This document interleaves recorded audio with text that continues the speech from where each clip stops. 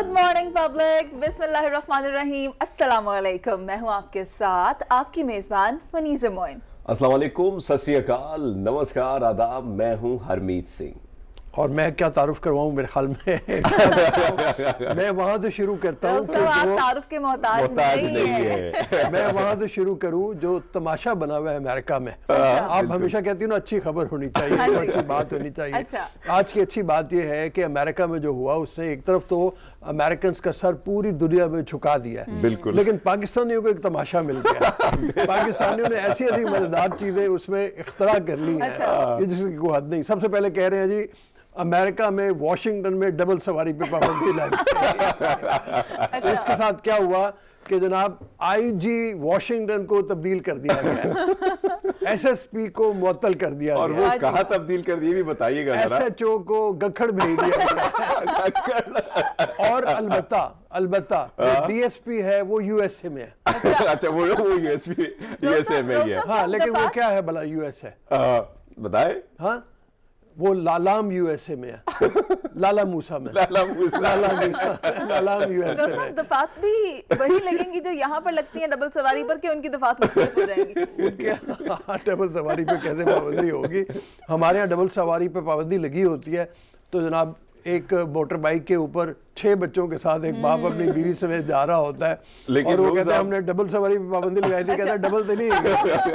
रोहू साहब, वैसे ये तो चलो मजाक हुआ, लेकिन सच तो ये है कि पूरी दुनिया में बदनामी तो हुई अमेरिका की। हाँ, बदनामी हुई है। और ट्रंप के बारे में ये कहा जा रहा है कि ट्रंप का मुआखजा होगा, और मोस्ट प्रोबेबली पॉसिबल ये हो सकता है कि अगर तमाम जो कांग्रेस और सेनेट ने मिलकर ये डिसाइड कर लिया कि ट्रंप साहब को इम्पीच कर दिया जाए तो उनको इम्पीच होना पड़ेगा। हालांकि 20 जनवरी तक अब बहुत थोड़े से दिन रह गए हैं, लेकिन उन्होंने उकसाया है, उनके ट्विटर अकाउंट को, उनके फेसबुक अकाउंट को ब्लॉक कर दिया गया है। और माइक जुकरबर्ग जो उसके मालिक हैं फेसबुक के, उन्होंने ये कहा है कि ट्रंप ने चूंकि उकसाया, लिहाजा इस बुनियाद के ऊपर जब तक के 20 जनवरी नहीं आ जाती और जो बाइडन हलफ नहीं ले लेता उस वक्त तक इस पे पाबंदी अकाउंट्स टर्मिनेट रहेंगे। नहीं, वैसे सोशल मीडिया की टीम ने ये नहीं बताया कि बड़ा बर्दाश्त किया जब ये सदर थे तब भी इसके किस्म के ट्वीट आते थे। अच्छा, हमारे यहाँ भी कोई तमाशा बना हुआ है और वो चीनी का है। बिल्कुल, ठीक है, चीनी ने दोबारा से यूं करके उड़ान भरी पकड़ ली है। ये कौन सी चीनी है? ये पता नहीं कौन सी चीनी, खाने वाली चीनी, खाने वाली चीन से आने वाली चीनी। अब वो समझ रही है कि चीनियों के साथ थोड़ा ज्यादा कुर्बत बन गई है, तो वो नहीं, ये हमारी। रऊफ साहब, क्या ये दस्तयाब हो जाएगी आवाम को, या फिर हमें, हमारी ये डाइट प्लान है कि हमें चीनी के बगैर चाय लेना पड़ेगी? मेरे ख्याल में यही करना पड़ेगा, कोई चीनी के बगैर कुछ हमें आदत बनानी पड़ेगी। पता नहीं, समझ में नहीं आता, हर दफा कोई ना कोई माफिया आ जाता है बिल्कुल, जो एक स्कैंडल नया शुरू कर देता है। कभी गंदम माफिया, कभी चीनी माफिया। हमारे मुल्क में चीनी बहुत पैदा होती है और उसके बाद ही माफिया उड़ान भर लेता है, ये बात भी। और आपको याद होगा जब इस पे भी सोशल मीडिया पे काफी सारी चीजें चली थी, जब वज़ीर-ए-आज़म इमरान खान साहब नोटिस लेते थे तो वो प्राइस जो है 20-30 रुपए और भी ज्यादा हो जाती है। अब पब्लिक क्या कहती है, थोड़े से उसकी तरफ जाना चाहिए। मैं मुनीज़ा लेके जाएगी हमें कि आम आवाम हमारे क्या कह रहे हैं चीनी के बारे में, चीनी की महंगाई के बारे में। वो दूसरी महंगाई के बारे में भी रोएंगे, लेकिन चीनी के बारे में क्या कहते हैं? आवाम का इज़हार ख्याल हमने गुड मॉर्निंग पब्लिक में शामिल किया है। पब्लिक, आप देखिए, यहाँ जो देसी चीनी है 8 चम्मच डालो उतनी है, तो ये उस जगह पे 16 डालोगे तो उतनी होगी, तो इसलिए आम को जो नुकसान बहुत ज़्यादा हो रहा है। बाकी जो चीनी ये बोल रहे हैं सस्ती नहीं, महंगाई और हो रही है, तो ये आवाम को इन्होंने पागल बनाया है। 60,000 रुपये ने बिल भेजता, 70,000 रुपया, तो असी कितों हुण खर्चे पूरे करने ने? कहते ने जी सस्ती हर च महंगाई नहीं है, तो और की चीज़ है? इन्नी महंगाई है, आम गरीब लोग की करन, किधर जान? वोट तेनू दे के पछताने पैवां जिन्नी तुसीं आप भी दस सकदे जे। बच्चों की पढ़ाई का हर्ज नहीं हुंदा पिया, आवाम पैसे लई जांदे ने, वो माफ़ नहीं करदे फीसां, तो इंसान की करे? मजबूर होए ने लोग। चीनी दे इंज आटा है जो स्टोरां तो मिलदा, 2 किलो तो वध घ्यो नहीं देंदे, जिन्नी दे नाल सौदा ना लवो कोई चीज़ नहीं देंदे हैगे। जे चीनी ले लो तो घ्यो नहीं मिलता, घ्यो ले लो तो चीनी नहीं मिलती, तो ज़ाहिर आवाम ने तो परेशान होना ही होना है। नहीं, हुकूमत बस ऐसे ही फ्रॉड कर रही है। ये तो बड़ी महंगी चीज़ें हैं, बिजली भी महंगी है, उसके बाद गैस भी महंगी है, आटा भी महंगा है, हर चीज़ महंगी है। हुकूमत तो सिर्फ वो दिखावा दिखा रही है। इन्होंने बहुत कर दिया काम ख़राब, हर चीज़ महंगाई कर दी हुई है। आटा बहुत पहुँच से बाहर हो गया गरीब आवाम की, और उसके बाद चीनी का रेट भी बहुत ज़्यादा बढ़ गया हुआ है। चीनी इस तरह आ रही है जैसे नमक के बराबर है ये, और ना खाने के काबिल है। और उसके बाद गैस का भी रेट बढ़ गया हुआ है, बिजली भी पहले ही महंगी थी, उसके बाद गैस का रेट इन्होंने और महंगा कर दिया हुआ है। गैस आती ही हैं तो गरीब आवाम करे क्या। मेरी वजह से ये दरख्वास्त है कि महंगाई को कंट्रोल किया जाए, ठीक है, और हर चीज़ को मेयार के मुताबिक सस्ता किया जाए। ये हुकूमत आई है ना, चीनी महंगी, आटा महंगी, सब्ज़ी महंगी, कोई चीज़ नहीं ऐसी है जो सस्ती हो, सब चीज़ें महंगी है। इतनी ज़्यादा महंगाई अपनी ज़िंदगी हमने कभी नहीं देखी हमने, जितनी अब महंगाई हो रही है। इसको चाहिए अगर आटा घ्यो चीनी, ये 3-4 चीज़ें जो खाने पीने की ये सस्ती कर देना, तो अगली सीट भी इसकी है। इसको गरीब आवाम से दुआएं हैं, जितनी दुआएं हैं। तो मेरी सिर्फ इनसे यही अपील है, ये आटा, घी, चीनी, खाने पीने की जो महंगी चीज़ें, जो दिहाड़ीदार लोग 1000 रुपये का 1000 की दिहाड़ी है और 1200 रुपये का उसने आटा लेना है, तो वो कैसे। अच्छा, सिर्फ देखो आप चीनी की बात नहीं है, बाकी चीज़ों के बारे में भी लोग रो रहे हैं। चीनी जहां कम हो के हुकूमत कहती थी 80 रुपये पे आ गई हुई है, अब बहुत से इलाकों में ऐसे हैं जहां पे चीनी दोबारा 100 रुपये के करीब मिल रही है।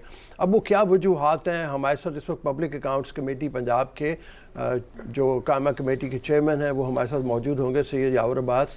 उनसे हम बात करेंगे, जाके उनसे पूछेंगे कि वजह क्या है। पिछली बार तो एक आप कहते हैं ना माफिया था, उस माफिया ने कब्जा किया हुआ था। उस माफिया में हुकूमत के लोग भी थे, उस माफिया में अपोजिशन के लोग भी थे, उस माफिया में बहुत सी हलीफ जमातों के लोग भी थे, बड़े बड़े नाम हैं। उसके बारे में हम उनसे बात करते हैं। अस्सलाम वालेकुम जी। वालेकुम सलाम। सर ये फरमाइए, पिछली दफ़ा तो चीनी हुई थी तो उसके पीछे माफिया थे, अब के क्या बात हो गई है? चीनी का रेट इतना ज़्यादा क्यों हो गया, क्यों कंट्रोल में नहीं आ रही, और लोग बेचारे क्या करें फिर? मतलब लोग तो मजबूर हुए हैं ख़रीदने के लिए भी। बिस्मिल्लाहिर्रहमानिर्रहीम, अल्लाहुम्मा सल्ली अला मुहम्मद व आले मुहम्मद वजल फरजहुम। सबसे बड़ा प्रॉब्लम ये है कि चीनी दस्तयाब थी सस्ती, 3700 रुपये के ऊपर गालिबन 50 किलो का बैग बिक रहा था। अभी हालत ये है कि जैसे जैसे ये लोग देख रहे हैं कि इनको जो मुनाफा पहले मिल रहा था वो नहीं मिल रहा है, ऑब्वियसली इन लोगों ने मस्ती तो शुरू करनी है जो शुगर का कार्टेल है। और शुगर का जो कार्टेल है, आपको भी इल्म है कि एक बहुत मजबूत सियासी व सनती एक पूरा एक ग्रोह है जो ये सब कुछ करता है। और क्योंकि चीनी बनाने में जितना मुनाफा है, जितना पैसा इनके जेबों में होता है, वो अरबों खरबों रुपए है। इसके अंदर सिर्फ और सिर्फ करना हमें ये पड़ेगा कि हम लोगों को जो सप्लाई चेन है ये इंश्योर करना पड़ेगा, क्योंकि जो चीनी मिलों से बिकती है, जिस रेट पे बिकती है, हमें अभी उस तरफ जाना पड़ेगा। हमें चीनी को इंश्योर करना पड़ेगा कि इस रेट से ऊपर वहाँ से ना बिके, एक जायज़ मुनाफा सप्लाई चेन के अंदर उनको मिले, और जो रिटेलर्स हैं, दुकानदार है, उसके ऊपर फिर उस जो रेट हुकूमत ने दिया उस रेट पे बिके। ये तब भी हो सकता है कि हम अभी पूरे चेन को, शुगर जहाँ से बनती है, जहाँ से इसकी तरसील है आगे तक डीलर्स तक और दुकानों तक, हमें वहाँ तक एक एक चीज़ के ऊपर हमें सख्ती करनी पड़ेगी। वरना ये लोग हर दफ़ा 5, 10, 15 रुपए का जंप करते हैं, और जब तक हुकूमत पाँव दबाती है, ये जब तक पीछे आते हैं तो 20-25 दिन का ये लोग एक एडवांटेज ले जाते हैं। हमें इनके जुर्माने भी करने चाहिए। हमें अगर ज़रूरत पड़े, हमें जैसे अभी गंदम के ऊपर हुकूमत ने फ़ैसला किया है कि हम इजाफी गंदम इंपोर्ट करेंगे, सिर्फ स्टॉक्स को बराबर रखने के लिए, ताकि वो कमी बेशी की वजह से एकदम स्पेकुलेशन शुरू हो जाती है, जहाँ पे कीमतें एकदम उठ जाती है। उनको कंट्रोल करने के लिए जैसे गंदम का स्टॉक लाया जा रहा है, हमें उसी तरीके से और चीनी इंपोर्ट करनी चाहिए, ताकि इनको, जो पाकिस्तान में चीनी बनाने वाला माफिया है, इनको ये हुकूमत एक नोटिस भेजे कि भाई अगर आप लोग बाज नहीं आओगे तो हमारे पास दूसरा हल ये कि हम बाहर से सस्ती चीनी लाएंगे और तुम्हारी मिलों को हम बंद कर देंगे, चलने नहीं देंगे। तो ये चीज़ें जब तक अभी हम लोग एक क्लियर इंटेंट के साथ सामने नहीं आएंगे, ये लोग बाज नहीं आ रहे, हमें नज़र आ गया कि इनको जितनी दफ़ा इनके ऊपर एतबार किया जाए, ये उसको हमेशा हम ये बताएं कि ये मामला कोई पहली दफा पेश तो नहीं आया। इसी हुकूमत में एक दफा पहले भी चीनी की कीमत ने आसमान से बातें की हैं, मगर अब दोबारा ये सूरत हाल पैदा हो गई है। क्या कहेंगे, क्या पहले जब ये कीमतें बढ़ी थी तब इकदाम मौसर तरीके से नहीं किए गए थे, जो एक बार दोबारा ये सूरत हाल पैदा हो गई है और अवाम मुश्किल में आ गई है? देखिए, मैं इस मामले में आई थिंक हमारे जो लीडर ने हमारी जो ग्रूमिंग की है बड़ी क्लियर है। अगर कोई हमारा गलत है तो वो गलत है, वो सही नहीं हो सकता कि सिर्फ इसलिए कि वो हमारा है। जो गलत है वो गलत है, बगैर नाम लिए जो भी गड़बड़ कर रहा है उन सबको पकड़ना चाहिए, उनको छोड़ना नहीं चाहिए अगर कोई गलती कर रहा है। अगर कोई गलती नहीं कर रहा है तो उसको बेजा, क्योंकि अगर मिसाल के तौर पे, और इसको किसी और तरफ मत लेके जाना, मैं सिर्फ इंसाफ की बात कर रहा हूँ, अगर कोई गड़बड़ नहीं कर रहा है तो अगर क्योंकि उसकी शुगर मिल है, हम सिर्फ उसका नाम इसलिए ना लें कि उसकी शुगर मिल है, हमें थोड़ा सा इन्वेस्टिगेट करना चाहिए। और मीडिया के ऊपर बहुत ज़्यादा जिम्मेदारी आती है, हुकूमत पे भी आती है कि किसी के नाम को हमें गंदा नहीं करना है। वो उसको हमने मार्केट में एक दफ़ा जब टिकर चल जाता है कि फ़लाँ फ़लाँ की शुगर मिले और ये बात हुई है, तो वो नाम गंदा हो जाता है। लेकिन अगर मैं हूँ मिसाल के तौर पे एक वज़ीर बैठा हुआ और मैं गलत हूँ तो मेरे खिलाफ कार्रवाई होनी चाहिए। सबसे पहले तो मुझसे वजारत लें, उससे मैं रिज़ाइन करूँ, और उसके बाद मेरे ऊपर बाकायदा एक तहकीक हो। अगर मैं तहकीक में भी गलत होता हूँ तो देन मेरे ऊपर सख्त से सख्त देना चाहिए। बुखारी साहब, अगर देखा जाए तो इस वक्त जो इसमें कोई शक नहीं कि दालें, अंडे, दीगर जो चीज़ें हैं, सब्जियां हैं, टमाटर हैं, तमाम तर चीज़ें जो महंगी होने जा रही है, बल्कि महंगी हो गई हैं। आप भी अगर मार्केट में जाए तो चीज़ देखें।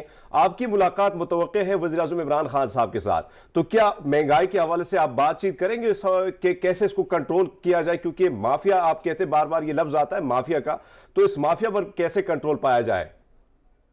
इत्तफाक करता हूँ, महंगाई बहुत ज़्यादा है और जहाँ पे भी हल्की सी भी स्पेस दी जाती है कि शायद ये लोग अभी इनके अंदर कुछ खुदा तरसी हो, एक जायज़ मुनाफा लेके अपना काम आगे चलाएं। आप ये देखें कि जो पोल्ट्री फार्म्स को जो फीड जाती है, उस बैग की कीमत कहाँ से कहाँ पे चली गई है, उनकी इनपुट्स जो भी हैं, हमें अभी हर किसी चीज़ को रैशनलाइज करना पड़ेगा। और वो लोग जाके रैशनलाइज करें कि जिनको कोई इल्म हो, बगैर इल्म के हम जाके बैठ जाएं, अच्छा जी पोल्ट्री फीड के अंदर कितनी गंदम जाती है, कितनी मकई जाती है, कितना सोयाबीन जाता है, कितना फिश ऑयल जाता है, हमें एक एक चीज़ का पता हो। हम जहाँ के वहाँ पे बैठें, पोल्ट्री फीड में कितनी बिजली जाती है, क्या तनख्वाहें दी जा रही हैं, और हम लोगों को फिर ऐसे बंदे वहाँ पे बिठाने पड़ेंगे जो एक एक चीज़ की सेल के ऊपर मॉनिटरिंग करें। लेकिन आपको एक बड़ी क्लियर बात बताऊँ कि इस मुल्क का अलमिया ये है कि एक एक्साइज डिपार्टमेंट का जो ऑफिसर बैठा है मिल के गेट के ऊपर एक्साइज ड्यूटी कलेक्ट करने के लिए, आप उसकी तनख्वाह देख लें। और इसके अंदर मल्टीनेशनल्स भी इन्वॉल्व हैं। ये लोग करते क्या हैं कि उसकी जो पूरे महीने की तनख्वाह, अगर उसको 2 दिन में वो तनख्वाह मिल जाए रिश्वत के तौर पे, तो वो क्यों नहीं आंखें बंद करेगा? हम लोगों को तरबियत भी करनी है, हमें सख्ती भी करनी है, हमें खुदा का खौफ भी इनके दिलों में लाना है। लेकिन ये सब कुछ बदकिस्मती से, जैसे मोटरवे पुलिस है, वो जुर्माना बगैर देखे करती है कि कोई वजीर है या कोई जनरल है या कोई जज है। हमें इसी तरीके से करना पड़ेगा, नहीं देखना पड़ेगा कि मिल किसकी है। जो एक जायज़ हद से ज़्यादा मुनाफा कमाए, हमें उसको पीनलाइज करना पड़ेगा, जुर्माने सख्त से सख्त लगाने पड़ेंगे। और जो काम सही कर रहे हैं, हमें उनको और इनकरेज करना पड़ेगा, इसलिए कि जो वो लोग हैं कि जो मुनाफा नाजायज़ हद तक कमाने की कोशिश करते हैं, अच्छा होगा कि उनकी मिलें बंद हो जाएं, लेकिन कौम को इस तरीके से बार बार नुकसान ना दिया जाए। और बदकिस्मती से हुकूमत की मशीनरी बीच में शामिल है इनके साथ, क्योंकि वो आंखें बंद करती है। और ये आप देखेंगे ना, ये वो चीज़ें हैं कि जो सिस्टम की खराबी है। एक बंदा जो महीने की 80,000 रुपये या 50,000 रुपये तनख्वाह ले रहा है और उसको 4 लाख रुपए साथ रिश्वत मिल रही है, आप क्या समझते हैं कि वो 2 साल के अंदर सीधा हो जाएगा? नहीं होगा। इसके लिए वक्त चाहिए। हम हों हुकूमत में, कल कोई और हो, परसों कोई और हो, या हम हों दोबारा वापस आए, हमें अपनी ये पॉलिसी परसिस्टेंट रखनी पड़ेगी। कुछ तनख्वाहें बढ़ानी पड़ेंगी और फिर उसकी शक्ल में हमें उनसे काम बेहतर लेना पड़ेगा, जहाँ पे हमारी टैक्स कलेक्शन बेहतर हो। तो इंशाअल्लाह ताला ये हालात सही हो जाएंगे। जहाँ तक महंगाई का ताल्लुक है, पिछले 4-5 हफ्ते से आपकी इन्फ्लेशन गिर रही थी। ये चीनी की सड़नी पिछले कोई 1.5 हफ्ते में कीमत बढ़ी है, इसके अंदर प्रॉब्लम आया है। सर्दियाँ आई हैं, अंडे की कीमत बढ़ गई। अभी देखिए, अंडा तो अवेलेबल है, लेकिन नाजायज़ जब आप मुनाफा कमाते हैं, तो आप जब वही अंडे बेचने वाला और वो चीनी बेचने वाला सुबह की फजर की नमाज भी पढ़ के आता है, कुरान पाक की तलावत भी करता है और फिर नाजायज़ मुनाफा भी कमाता है, आया उसकी वो नमाज और उसकी वो तलावत कबूल होगी? हम लोग मुसलमान इस किस्म के हैं कि ये कलमा, ये पाक कुरान हमारे हल्क से नीचे नहीं उतरा है, हमारे दिलों तक नहीं गया है। अगर दिलों तक गया होता तो हम कुछ नाजायज़ काम ना करते। लेकिन ये भी साथ देखें कि अगर एक दुकानदार 90 रुपए की या 80 रुपए की चीनी पर किलो खरीद रहा है या 90 रुपए की खरीद है तो वो 85 रुपए की नहीं बेच सकता है, वो 95 की ही बेचेगा। तो हमें पूरे चेन को कंट्रोल करना पड़ेगा, वरना ये काम रहेगा। यावर साहब, हुकूमती मशीनरी की आपने बात की है, उसको भी शामिल होना पड़ेगा या वो शामिल है साथ में? अब आप भी हिस्सा है ना पीटीआई गवर्नमेंट का, आप भी उनके मेंबर हैं, तो ये आप बताइए कि हुकूमती मशीनरी क्या कर रही है, किस वक्त जाके कुछ करेगी, और ये प्राइस कंट्रोल कमेटियाँ क्या कर रही हैं फिर? देखिए ये हर हुकूमत के दौर में चीज़ें ऊपर नीचे आती हैं और फिर हुकूमत को पांव दबाना पड़ता है अपनी ही एहलकारों पे, अपनी ही मशीनरी के ऊपर, तब दोबारा ठीक हो जाती हैं। तो ये वो वक्त है कि जहाँ पे इन लोगों ने फ़ायदा उठाने की कोशिश की है नाजायज़ मुनाफे की शक्ल में, हमें फिर पांव दबाना पड़ेगा। देखें, जब किसी को ये खौफ आ जाएगा कि मेरा कारोबार ख़त्म हो जाएगा, मुझे इतने सख्त जुर्माने लगेंगे कि मेरा कारोबार चलेगा ही नहीं उसके बाद, तो ये तब इंसान बनेंगे। इंसाफ, जल्द इंसाफ, सस्ता इंसाफ और फौरन इंसाफ। ठीक है, इंसाफ मिलना चाहिए और बुनियादी ज़रूरियात जो अवाम की हैं, अवाम का मैंडेट, अवाम के साथ जो वादे किए थे, जो मैनिफेस्टो में शामिल थे, उन पर अमल होना बहुत ज़रूरी है ताकि ये अवाम खुशहाल ज़िंदगी गुजार सके। जिन्होंने आपको मुंतखब किया है, जिन्होंने आपको वोट दिया है, लंबी लंबी लाइनों में लगकर वोट दिया है, पूरी अवाम, पूरी पब्लिक की तरफ से हम भी ये कहते हैं कि अवाम की सहूलियात को यकीनी बनाया जाना चाहिए, अवाम को फैसिलिटेट करना चाहिए। यावर बुखारी साहब हमारे साथ मौजूद थे जिन्होंने इस पर गुफ्तगू की और बताया कि जब उनकी खान साहब से इस पर मुलाकात भी होगी तो भी इस मुद्दे को उठाया जाएगा, अवाम के साथ भी इस पर बात की जाएगी। रोज़ साहब, चीनी की कीमत इतनी बढ़ गई है तो क्या कहेंगे, अब क्या किया एक तो जाए? सबसे पहले आपने कहा ना कतारों में लग के, लाइनों में लग के लोगों ने वोट दिया था। मुझे नहीं मालूम कि वो लाइनें ज़्यादा लंबी थी या चीनी लेने वालों की लाइनें ज़्यादा लंबी थी। या लाइनों में लग के रोज़ साहब के मैं खुद रिपोर्टिंग करता हूं तो वहां पे फील्ड में जब जाता हूं, मैंने अच्छा। तमाम तर चीजें देखी हैं अपने, कोई प्राइस कंट्रोल की जो टीमें हैं आपको नजर नहीं आई, कोई इंतजामिया की जानिब से। लास्ट टाइम जब मैं गया, यूटिलिटी स्टोर की बात थी कि वहां पे चीनी आपको सस्ती मिल जाएगी। जब मैं वहां पे पहुंचा तो वहां पे चीनी गायब थी। तो मैंने सवाल किया, भाई चीनी कहाँ है? तो कहते हैं कि जब चीनी सस्ती हो जाती तो फिर चीनी मार्केट से भी गायब हो जाती। तो इस किस्म के हालात थे, तो आवाम जाए कहाँ जाए?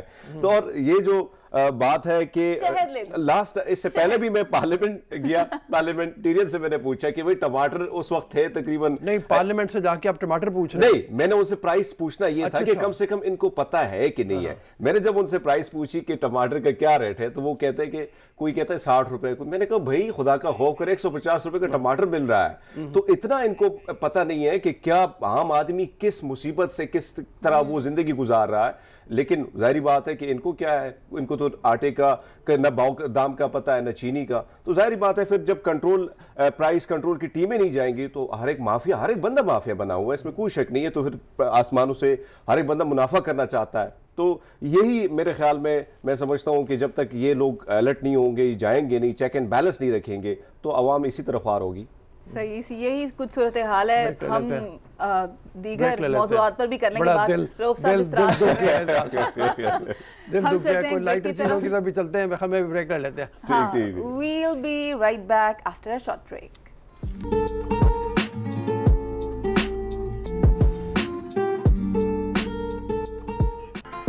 Welcome back public. यहाँ आपको बताते चलें कि वज़ीर-ए-आज़म पाकिस्तान इमरान खान ने इस बात का ऐलान कर दिया है कि वो जाएंगे और सानेहा मच में जो मुतासरीन थे, वो जो लोग कत्ल हुए, उनके मुतासरीन के साथ ताज़ियत करेंगे, उनके दुख में बराबर के शरीक होंगे। लेकिन सिक्योरिटी कंसर्न्स की वजह से अभी अनाउंस नहीं करेंगे कि कब इमरान खान वहाँ पर जा रहे हैं, किस वक्त पर जा रहे हैं। लेकिन ये बात उन्होंने तय कर ली है कि अब मुलाकात हो जाएगी उनसे। वो बार बार हाथ जोड़ के कह रहे हैं, खुदा के लिए आप अपने प्यारे जो हैं उनकी तदफीन कर दें, मैं पहुंच जाऊंगा। अच्छा, बात यह है कि ये बड़ा दिलखराश वाक़या हुआ है। 11 लोग जिनको मार दिया गया, इस तरीके से मारा गया कि वो कानकुन थे। एक तो कानकुनी के बारे में हम अलग से किसी वक्त गुफ्तगू करेंगे। हकीकत में जिसको आपने कानकुनी के लिए भेज दिया है ना, लोग कहते हैं, वसतुल्लाह खान ने बड़ा खूबसूरत कॉलम लिखा है इसके ऊपर कि आप जिंदा भेजते हैं लेकिन वहाँ से कुछ पता नहीं किस वक्त उसकी मौत हो जाए, इतना खौफनाक वो काम है। अच्छा, इसमें एक थोड़ा सा ज़रा एक सिक्योरिटी का पहलू और भी है, या और एक और पहलू भी है। वो ये कहा जा रहा है कि बहुत से कारकुन इसमें जो है ना, उनका ताल्लुक पाकिस्तान से नहीं है, वो अफ़गानिस्तान के शहरी थे।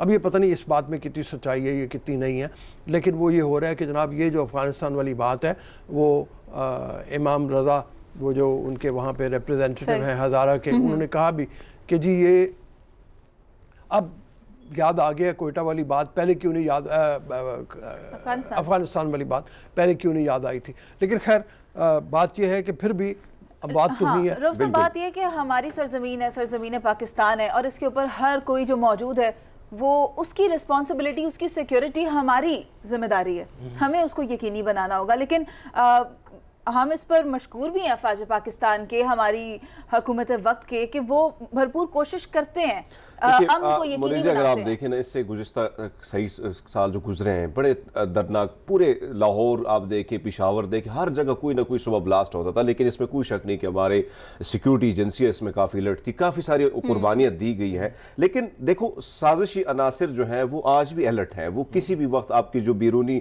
साजिश, इसमें हम जब ये बात करते हैं इसमें कोई शक नहीं है कि वो लोग किसी न किसी तरीके से पाकिस्तान में ये चीज़ें करवाते हैं। अब जब देखिए ये कानकुन की बात आई तो मेरा जो इलाका है शांगला, वहाँ पे जिस तरह आपने की कि जो जिंदा इंसान जाता है और बाद में जब जाहिर बात है उसकी लाश, तो कई चीज़ें मैंने खुद अपनी आंखों से देखी, या तो वो फेफड़ों के मरीज़ बन जाते हैं, या उन पे जो जाहिर बात है, कई आपको याद होगा कि मुस्लिम लीग नून की गवर्नमेंट थी, 22 लाशें जो है वो शांगला भेजी गई थी, जिसमें सवात और शांगला के लोग थे। तो ये काम भी कुछ ऐसा, और फिर जब इस तरह का वाकया हो जाए, और आज देखिए बहुत ही सर्दी है, जब आप अभी क्वेटा गए हैं, मैं भी गया हूँ, बहुत ही ठंड होती है, -6 में कह रहे हैं रात होती है, -6 डिग्री टेम्परेचर में वो वहाँ पे बैठे हुए लाशें लेके। और पहले लाशें ये कहा गया था कि इमाम बारगाह में शिफ्ट कर दी गई हैं, लेकिन उनके लोग जो हैं वरसा वो वापस लेके आ गए हैं वहाँ पे धरने के अंदर। मगरबी बाईपास जो है वहाँ पे धरना ये मौजूद है। और फिर कोयटा के तमाम लोगों ने यकजहती के तौर पर तमाम कारोबार बंद कर दिए, हड़ताल पूरे कोयटा में है, तमाम कारोबार रुका हुआ है। तो बात असल में ये है कि ये बात आपने सही कही कि इसमें कोई शक नहीं है कि पिछले 2.5 बरस अगर कोयटा के हवाले से देखा जाए तो छोटे छोटे वाक़यात हुए, बड़ा वाक़या कोई ना हुआ, कोई ऐसा नहीं हुआ। सिक्योरिटी एजेंसी ने काफ़ी काबू पाया हुआ था, काफ़ी बेहतरी के हालात थे। लेकिन फिर हम जानते हैं कि हमारा दुश्मन मुल्क साजिश करता है, उसने वहाँ पे अपने एजेंट्स भर्ती किए हुए हैं, वो वहाँ पे तकरीबी कार्रवाइयाँ करते हैं। पिछले दिनों एक डोजियर भी जो था वो पाकिस्तान ने भिजवाया, जिसमें सबूत थे बाकायदा इस बात के कि जो पाकिस्तान में तशद्दुद के वाक़यात हैं उनके पीछे भारत मुलविस है। बिल्कुल। तो ये मतलब ये इस तरह की गुफ्तगू हमारी चलती रहेगी। मेरे ख्याल में अभी हम जाएंगे थोड़ी देर में ब्रेक के ऊपर, ब्रेक के बाद वापस आएंगे तो हम थोड़ा सा क्रिकेट की तरफ भी चले जाएँ। पहले तो रऊफ साहब, ब्रेक नहीं, मकतूलीन के वरसा के साथ हमारे नुमाइंदे ने वो गुफ्तगू जो की है वो पहले हम अपनी पब्लिक को दिखाते हैं कि उनके वरसा क्या कहते हैं। आइए देख लेते हैं। अच्छा, देखिए आपने मतलब बड़ी दर्दनाक सी कहानी है, बड़ी दर्दनाक अंदाज में। एक मैं आपको बताऊं कि कंपैरेटिवली बाकी इलाकों के हज़ारा जो हैं ये पढ़े लिखे लोग हैं, इनके तालीम का म्यार भी बेहतर है। आपने वो बच्चियों की, माओं की, जो बच्चों की हैं, बहनें हैं, उनकी गुफ्तगू आपने सुना, आपको अंदाज़ा होगा कि ये लोग पढ़े लिखे लोग हैं। कितने अच्छे अंदाज में इन्होंने अपना मुद्दा जो है वो बयान किया है। तो ये बड़ी एक मतलब उस हवाले से ये बात है कि उनकी इस्तदा ये है बार बार प्राइम मिनिस्टर से कि वो तशरीफ़ लाएँ, आके हमारे दुख दर्द। अच्छा, उसमें दुख दर्द सिर्फ ये नहीं है कि ये मैयतों का, ये मुसलसल तसलसल रहा है। पिछले अरसे में भी काफ़ी अरसे में इस तरह के वाक़यात हुए हैं, नहीं हुए कुछ अरसे से। बिल्कुल। एक और चीज़ अब देखें कि 5 रोज़ बाद हम अपोजिशन वालों को टाइम मिला, बिलावल साहब, मरियम साहिबा जब वहाँ पे पहुँची, 5 रोज़ गुजर गए, आज 6ठा दिन है। फिर हम ये देख रहे हैं कि वज़ीर-ए-आज़म साहब का इंतज़ार क्यों इतनी जो है ताख़ीर अपोजिशन की जानिब से की गई, अब वज़ीर-ए-आज़म का भी इंतज़ार हो रहा है, क्या कहेंगे इस पर आप? अच्छा, मेरे ख्याल में ब्रेक पे जाना है, हमें ब्रेक पे जाएंगे। कि अब तो खान साहब ने ये बता दिया है कि वो वहाँ पर जाएंगे, उन लोगों से मिलेंगे, तो हम जो है वो इस बारे में तो पब्लिक के साथ न्यूज़ शेयर कर चुके हैं कि खान साहब अब वहाँ जाएंगे, उन लोगों से मुलाकात करेंगे। यहाँ पर वक्त हुआ है एक ब्रेक का, ब्रेक के बाद वापस आएंगे और देखते हैं खेल के मैदान की क्या सूरत हाल है। Public, stay with us.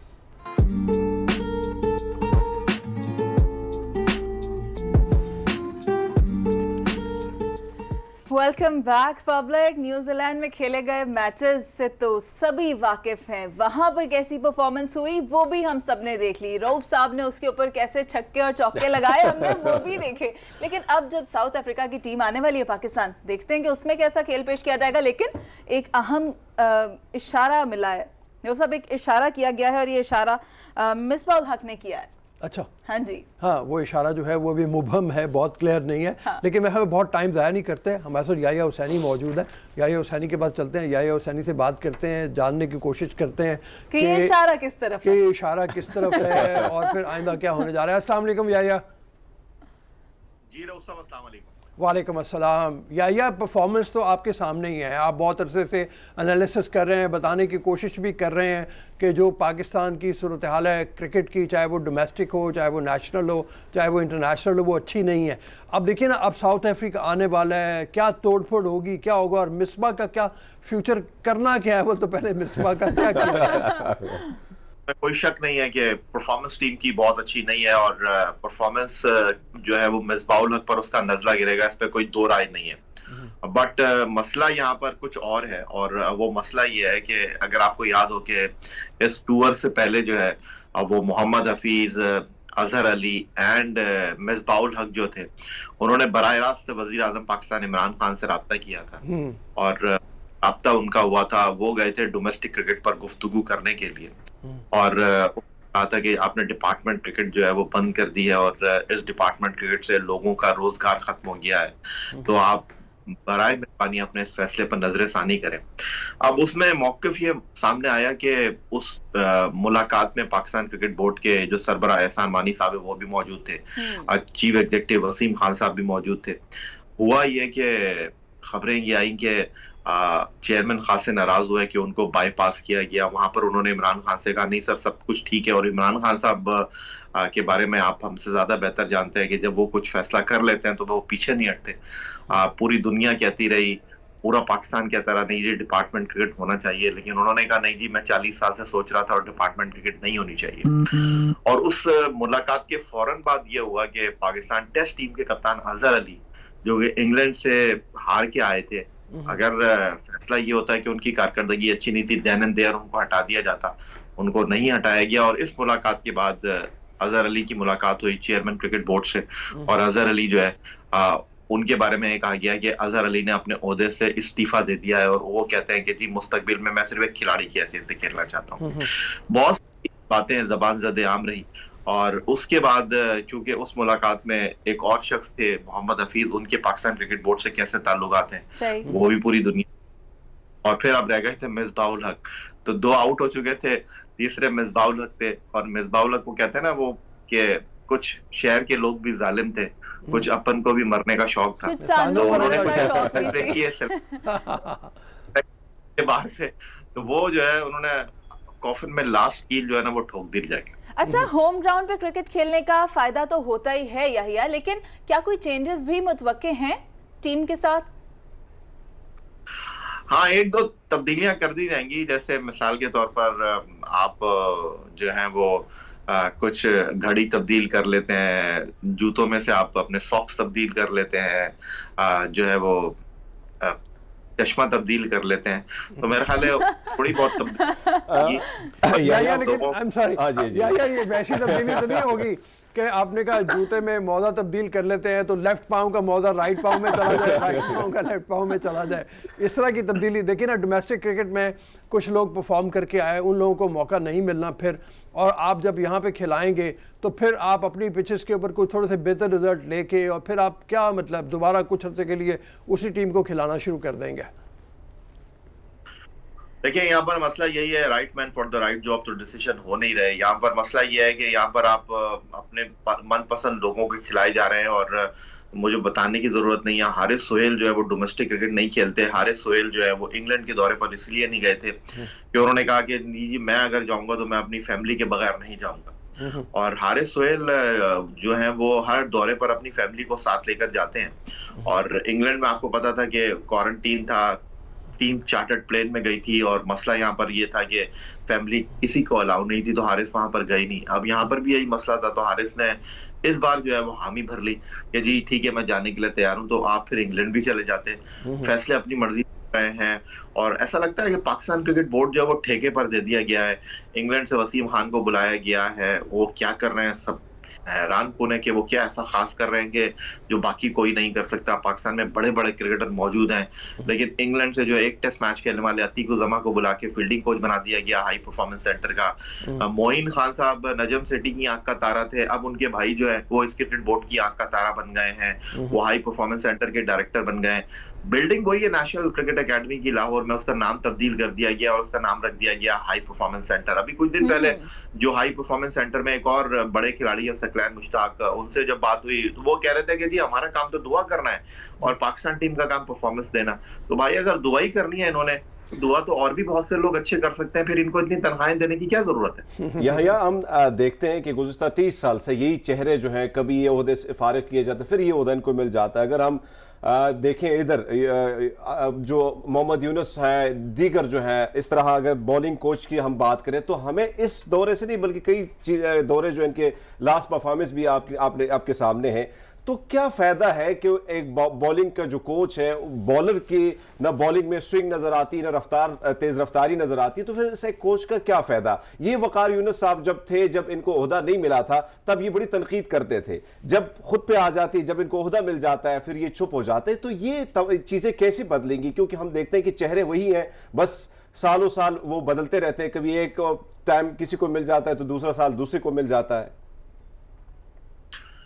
देखें आपकी सारी बातें तो मैं मानता हूं, लेकिन जहां तक अभी आप कह रहे थे कि जी वकार यूनुस तनकीद करते थे, तनकीद तो उन्होंने कभी भी नहीं की। वो तो पाकिस्तान क्रिकेट बोर्ड से पिछले 10 साल से जो है ना वो एसोसिएट हैं।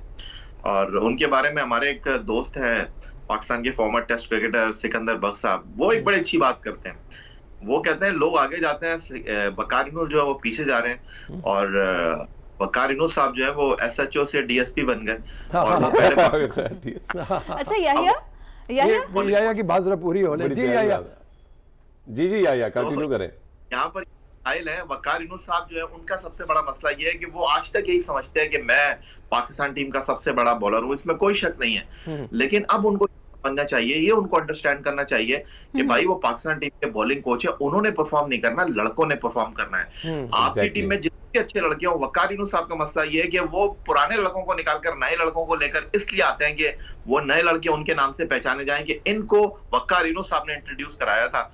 और बस अल्लाह माने कि 10 साल से हम देख रहे हैं वो किसी को इंट्रोड्यूस करा नहीं सके। या हमारे साथ बेग साहब भी मौजूद थे, मिर्जा बेग साहब। जब उनसे गुफ्तगू हुई तो उन्होंने भी यही कहा कि न्यू टैलेंट को प्रमोट करना चाहिए। तो कब करेंगे न्यू टैलेंट को प्रमोट? वक्त तो अभी है, जरूरत तो अभी है।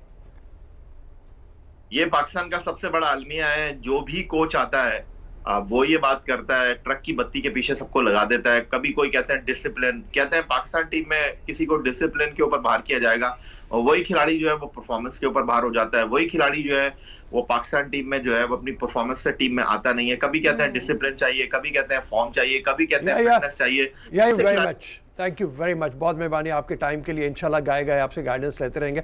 टाइम हमारे पास अभी थोड़ा सा, बहुत सी बातें दिलचस्प हो सकती थी और, लेकिन मैं ख्याल में ब्रेक तुम लेने के लिए इशारे कर रही हो तो मैं ब्रेक लेने ब्रेक के बाद वापस आएंगे। बड़ी खूबसूरत हमारे पास दिलचस्प चीज़ें हैं। अर्तुगरुल ड्रामा जो इस वक्त हल्का मचाया हुआ है, उसने पूरे पाकिस्तान में, दुनिया भर में, उसकी जो बानी है, उसके जो बानी है, उनके साथ प्राइम मिनिस्टर ने मुलाकात की है कल। तो वो मुलाकात में क्या बातें हुई ये तो खैर हम बाद में जानेंगे, लेकिन हम ये जानने की ज़रूर कोशिश करेंगे अर्तुगरुल है क्या, आखिर उसकी खूबसूरती है क्या, क्यों वो इतना पॉपुलर है। ठीक है रऊफ साहब, आपसे ही जानेंगे इसके बारे में, लेकिन अभी आपसे इजाज़त।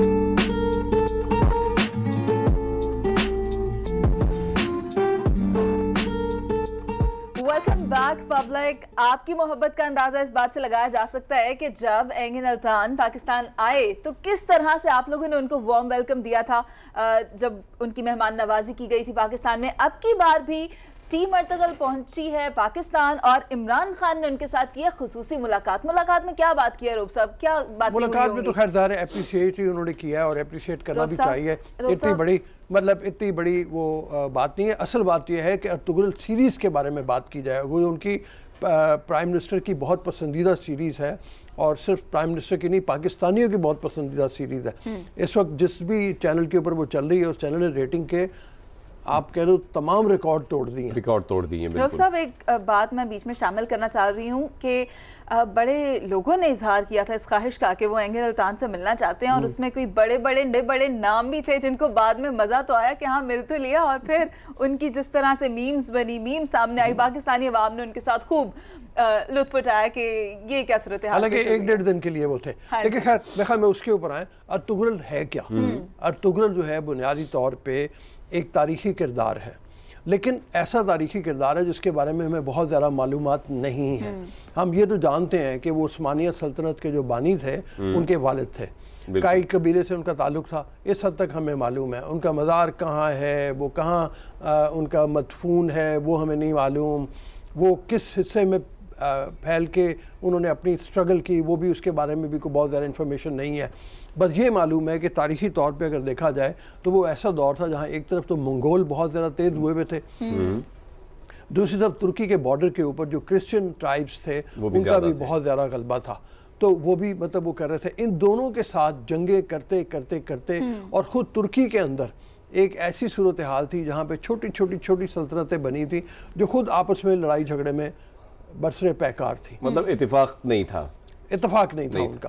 अच्छा, अब उसके अंदर आप देखो कि सल्तनत का मामला और इत्तेफाक हो जाए, रऊफ साहब मैं भी एग्री नहीं करती, इत्तेफाक नहीं हो सकता इस सिचुएशन में। जो छोटी छोटी रियासत होती थी ना, उनमें हल्की फुल्की जंगे जो लड़ते तो बैरूनी अब दीगर जो कुव्वतें आती थी तो उनके लिए बड़ा आसान होता था उन पे हमलावर होना, तो मुत्तहिद होना जरूरी था। जब कंटिन्यू करें तो वो वही बात हुई ना कि अर्तुगरुल की वजह से उनको इकट्ठा होने का मौका मिला, और वो इकट्ठे होने के साथ उन्होंने कुछ हिस्से पे कब्जा किया। उस हिस्से पे कब्जा करने के बाद जो हमें नहीं मालूम कि उस्मान जो है वो वाकई तीसरे बेटे थे अपने वालिद के, या दूसरे थे या पहले थे, लेकिन थोड़ी बहुत रिसर्च जो तुर्कों ने की उसके मुताबिक तो वो तीसरे बेटे थे। अच्छा। और उनका ख्वाब एक देखा अर्तुगरुल के बाप ने कि मेरा तीसरा जो इस तरह से जानशीन पैदा होगा अर्तुगरुल के हवाले से, उसका नाम उस्मान रखा जाएगा। ड्रामे में भी ये बात बड़ी वाज़ेह दिखाई गई है। अच्छा, अब जब इस तरह का ड्रामा लिखा जाता है तो इस तरह के ड्रामे के लिए बड़ा ज़रूरी होता है कि तारीख में से आप फिक्शनल किरदार निकाल के लेके आए। बाकी जितने भी किरदार आपको नज़र आ रहे हैं, चाहे वो हलीम सुल्तान का हो, हमें नहीं मालूम अर्तुगरुल की बीवी का नाम हलीम सुल्तान था या नहीं था, और ये कि वो वाकई कैकबाद जो है ख़ानदान से ताल्लुक़ रखती थी या नहीं रखती थी, लेकिन यहाँ पे यही दिखाया गया। दिलचस्प बात यह है कि एक तरफ तो आउटर इफ़ेक्ट्स हैं जहाँ पे कई मंगोलों के हमले हैं, कहीं पे आप कह लें क्रिश्चियंस के साथ उनकी लड़ाई झगड़ा है, कहीं वो हैनली मार्केट जो है जो बहुत मशहूर है जिसके ऊपर तसल्लुत के लिए आपस की लड़ाई झगड़े हैं, लेकिन कुछ इंटरनल लड़ाइयाँ हैं जिसमें सास बहू के झगड़े भी आ जाते हैं। अच्छा। जिसमें नंद सौतन के झगड़े भी आ जाते हैं, मोहब्बत की कहानियाँ भी हैं। लोगों को बड़ा एक इश्तियाक था, चूँकि लोगों ने बड़ा उड़ाया हुआ था कि अर्तुगरुल दूसरी शादी ज़रूर करेगा। तो अर्तुगरुल बहुत करीब आते आते दूसरी शादी के बच गया। उन्होंने मौके पे ऐलान किया। हलीमे से उसकी मोहब्बत जो है, हलीमे से उसकी मोहब्बत जो है वो आपने देखी है कितनी ज़्यादा है इसमें दिखाई हुई। लेकिन हाँ जी, कंटिन्यू करें। ड्रामे पे कुछ असरात मॉडर्न सोच के भी हैं। हमें नहीं मालूम अर्तुगरुल की कितनी बीवियाँ थी, लेकिन यहाँ पे एक बीवी दिखाई गई है, ठीक है ना, जो मैसेज तो नहीं दिया गया, मैसेज तो नहीं दिया गया एक ही रखे। ये मैसेज है एक तरह का। अब मॉडर्न टाइम्स में उनको लोगों को अट्रैक्टिव बनाने के लिए, क्योंकि उस्मान जो थे उनकी तो कई बीवियाँ थी, उनका हरम था पूरा एक मौजूद। रऊफ साहब बड़े शौक से देखा, पाकिस्तानियों ने, हमारी पब्लिक ने बहुत दिल से इस ड्रामे को देखा। ऐसा इसलिए भी था शायद कि इसमें कैरेक्टराइजेशन बहुत अच्छे से की गई थी जिसकी आप बात करें, एक स्टोरी बनाई गई और उसको फिर बखूबी जो है वो डिलीवर किया उसके कैरेक्टर्स ने। हमारे यहाँ भी जो इंडस्ट्री है उसमें भी अगर इस तरह के एलिमेंट्स शामिल कर लिए जाएं, इन चीज़ों पर गौर कर लिया जाए, स्टोरी बिल्डिंग पर और कैरेक्टर्स पर, और फिर ये भी देखा जाए कौन सा कैरेक्टर जो है वो मुकम्मल तरीके से अपनी उस कैरेक्टर में ढल जाता है और लेकिन फिर से मुनीज़ एक deliver बात करता है, आपने जो बात की कि हमारी फिल्म इंडस्ट्री को भी सीखना चाहिए, सीखने के बजाय तनकीदों के अंबार लग गए थे जब अर्तुगरुल ड्रामा रिलीज हुआ पाकिस्तान में। अंबार लगाने वालों में यासिर हुसैन शामिल थे। एग्जैक्टली। तो क्या वो ये किरदार अच्छे से अदा कर पाएंगे? नहीं रऊफ साहब, मैं क्या सीखना नहीं चाहिए हमें कुछ के हमारी भी कमाल की कुछ बिल्कुल हिस्ट्री सीखना तुम्हारी भी चाहिए। है। देखिए ना, अभी तक तो ये हुआ है कि हमने आखिर फिल्म कहाँ से सीखी? हाँ फिल्म हमने यूरोप से सीखी ना। बिल्कुल। उसके बाद इंडिया आ गया। इंडिया जॉइंट, मतलब जिस वक्त पाकिस्तान इंडिया इकट्ठे थे तो यहाँ पे कुछ रिवायत बनी, लेकिन फ्रेंच सिनेमा से हम लोगों ने बहुत ज़्यादा सीखा। हमारे यहाँ के जो प्रोड्यूसर है, किसी ज़माने में ये होता था कि पाकिस्तान में तो फिल्म नहीं दिखाई जाती थी इंडिया की, तो काबुल में फिल्में लगती थी। अच्छा। यहाँ से प्रोड्यूसर डायरेक्टर काबुल जाते थे, एक फिल्म देखते थे और उसके बाद उसकी 3-4 कॉपियाँ लिख लेते थे, 3-4 फिल्में बन जाती थी। डॉक्टर साहब, आपकी बड़ी कमांड है, आपने फिल्म एंड टीवी पर। आप ये बताएं कि अगर अर्तुगरुल का कैरेक्टर किसी पाकिस्तानी एक्टर को प्ले करना पड़ता तो कौन सबसे ज्यादा अप्रोप्रिएट था? अभी फिलहाल तो मेरे ध्यान में कोई ऐसा आ नहीं रहा, कोई अच्छा। ऐसा किरदार यानी जो कर पाए। उसके लेवल का कोई नहीं दिख उसके रहा? लेवल का एक्टर नहीं नजर आ रहा। मतलब एक तो ये है ना कि टॉल, हैंडसम, बिल्कुल। वेल बिल्ट, अच्छा, फिर उसके एक्सप्रेशन वो सारे। वैसे एक बात मैं आपको ये बताऊं कि हो सकता है टीवी का कोई एक्टर ऐसा हो जो मतलब उसके ऊपर पूरा उतर जाए, फिल्म में तो कोई ऐसा नज़र नहीं आ रहा। लेकिन एक बात मैं आपको ये बताऊं, जितनी स्ट्रॉन्ग तरीके पे किरदार साजी होगी उतना ही अच्छा एक्टर परफॉर्म कर पाएगा। ये किरदार साजी बहुत ही शानदार तरीके पे की गई है अर्तुगरुल की। फिर इस्लामी रवायात जो सबसे बड़ी बात है, और कल्चर। इस्लामी रवायात में इब्ने अरबी का किरदार, हमें नहीं मालूम इब्ने अरबी कभी अर्तुगरुल से मिले थे या नहीं मिले थे, लेकिन इब्ने अरबी हमारी तारीख का बहुत बड़ा हिस्सा है। एक रूहानी तरबियत करने की कोशिश की गई है। रूहानी तरबियत करने की कोशिश की गई है और मेरे ख्याल में उसी से बुनियादी तौर पर लोगों ने असर लिया। अलबत्ता आप ये देखो कि इससे पहले कई तुर्की ड्रामे आए हैं जो इतने पॉपुलर नहीं हुए, और उसकी वजह ये है कि लोगों की अपने मज़हब से मोहब्बत, अपने कल्चर से मोहब्बत और अपनी तहजीब और रिवायत से मोहब्बत है। अब देखो ना, मतलब एक तरह के बड़ा मतलब हो गया कि जब भी रसूल अकरम सल्लल्लाहु अलैहि वसल्लम का नाम लिया जाएगा तो सब लोग अपने सीने पे हाथ रख लेते हैं, सर को झुका लेते हैं। ये लोगों को बड़ा पसंद आया। या कई दफ़ा ऐसे हुआ कि अर्तुगरुल बीमार हुआ या कोई किरदार हुआ बीमार, तो इब्ने अरबी ने दुआ कितनी की। अटैचमेंट थी मजहब के लिहाज से, कितनी कुर्बत थी उस वो जो दिखाते हैं तमाम तर, जिस तरह आपने कहा कि एक रिस्पेक्ट होती है हर चीज़ के हवाले से, वो कल्चर मैं समझता हूँ बड़ा कमाल का, और उस कैरेक्टर उन्होंने बड़े तरीके से उसको ढांपा हुआ है। तो यही चीज़ मैं चाह रहा हूँ रऊफ साहब कि कम से कम कई खूबसूरत चीज़ें हम उठा सकते हैं बजाय तनकीद के। तनकीद तो बड़ा आसान है, तनकीद तो हम बड़ी आसानी से वैसे भी कर लेते हैं। वो यासर अली मेरे ख्याल में जो यासिर इकरा, हुसैन। यासिर हुसैन, अच्छा।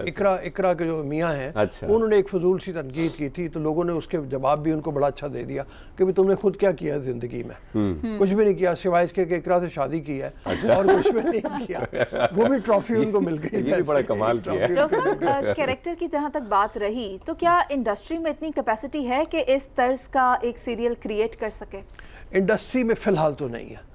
वैसे ये है कि मैं आपको बताऊं कि माजी में पाकिस्तान टेलीविज़न ने इस तरह के बड़े ड्रामे पेश किए हुए हैं। हम तलाश जैसी मूवी अगर बना सकते हैं तो हम अच्छे ड्रामास क्रिएट कर सकते हैं, लेकिन क्या वो चीज़ है जो मिसिंग है? देखिए, ड्रामा इंडस्ट्री की मैं अगर बात करूं, इसमें कोई शक नहीं कि भारत के बहुत बड़े अदाकार अमिताभ बच्चन खुद कह चुके हैं कि मैं बहुत बड़ा मदा हूं पाकिस्तानी ड्रामों का और ख़ुद देखता हूं, लेकिन फिर अब वहाँ पे भी चीज़ें बंद हो गई।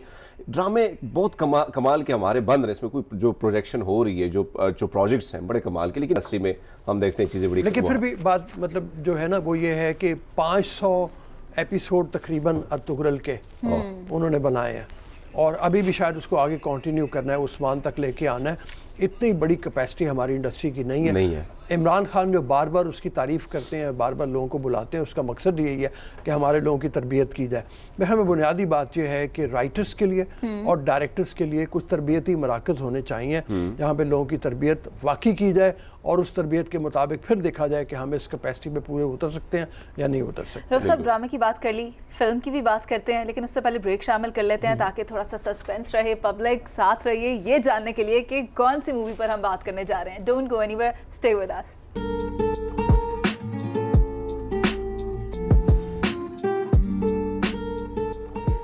Welcome back public. आप लोग अपने घरों में मौजूद हैं, हमें देख रहे हैं। जो बच्चे हैं उनको स्कूल से छुट्टियां हुई हैं, ख़वातीन जो हैं वो हाउस होल्ड एक्टिविटीज़ में काम जो है वो कर रही हैं, खाने पका रही हैं मज़े मज़े के। अब जब घर वाले लोग घर में मौजूद हैं इस वबा के बायस, तो फिर कोई एक्टिविटीज़ भी होनी चाहिए। तो हम आज आपको बताते हैं कि एक मूवी हॉलीवुड की रिलीज़ हुई है वबा के दिनों में और बहुत ज़्यादा बिजनेस किया है। बिजनेस है $28 करोड़ का बिजनेस किया गया है। और इसकी कहानी क्या है? बहुत दिलचस्प कहानी है। रुख साहब, थोड़ी सी कहानी जो है ना उसको हम ट्रेलर दिखाएंगे, कहानी के बारे में तो ज़रा तफसील से और बात करेंगे, लेकिन बात यह है कि ये फिल्म है द टेनेंट। अच्छा। और ये क्रिस्टोफर नोलान की फिल्म है। क्रिस्टोफर नोलान अजीब-ओ-गरीब फिल्में बनाने के लिए मशहूर है। अच्छा। उससे पहले मोमेंटो लोगों ने बहुत ज़्यादा उनकी फिल्म देखी होगी, जिससे गजनी आमिर खान ने फिल्म बनाई थी। मोमेंटो में एक आदमी के ऊपर सर के ऊपर कारी ज़रब आती है, जो भूल जाता है, उसको याद कुछ नहीं रहता, उसको इंतकाम लेना होता है। वो अपने सीने के ऊपर वो लिख लेता है, बार बार उसकी याददाश्त में वो चीज़ें आती हैं। फिर उनकी इंटरस्टेलर फिल्म थी, फिर उससे पहले इंसेप्शन उन्होंने फिल्म बनाई थी। ये सारी फिल्में उनकी बहुत कामयाब फिल्में हैं और वो जहन के अंदर और इंसानी, यानी आप वो कह देना कि इमेजिनेशन की हद क्या होती है, उस आखिरी हद तक वो पहुंच जाते हैं। ये टेनेंट जो है ना, ये भी एक वर्ड है। अच्छा। और ये एक सेंट्रल कैरेक्टर को जाना है, ट्रैवल करना है, टाइम में आगे जाना है, आगे जाके वर्ल्ड वॉर 3 रोकनी है किसी भी तरह से। अच्छा। तो ये एक उस तरह की मिस्ट्री मूवी है, किस तरह से चलती है इसके बारे में तो हम इकबाल से जानेंगे, लेकिन मैं आपको ना इसका ट्रेलर दिखा देता हूँ कि ये ट्रेलर किस तरह का। आई चल के ट्रेलर देखते हैं पहले। कैसे मिजाज हैं आपके? बस ठीक ठाक। आप जरा ये बताइए, क्रिस्टोफर नोलान की ये फिल्म जो है इसके बारे में कुछ बताइए। ये किस चीज़ के बारे में है? जैसे मैंने कहा ना, 3rd वर्ल्ड वॉर रोकना है और इस समय रॉबर्ट पैटिसन को उन्होंने लेके फिल्म बनाई है। लियोनार्डो डिकैप्रियो जो उनके फेवरेट हैं, उनसे इस समय उन्होंने काम नहीं लिया।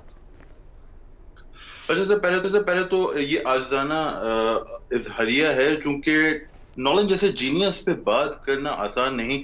हम 1902 में जॉर्ज मेलियस की जो पहली नैरेटिव बेस्ड फिल्म थी a trip to the moon, उस पर बात कर सकते हैं।